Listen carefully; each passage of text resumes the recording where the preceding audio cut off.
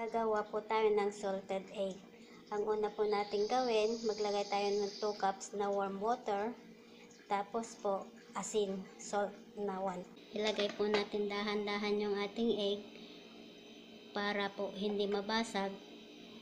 Tapos po, preserve po natin ng 3 weeks.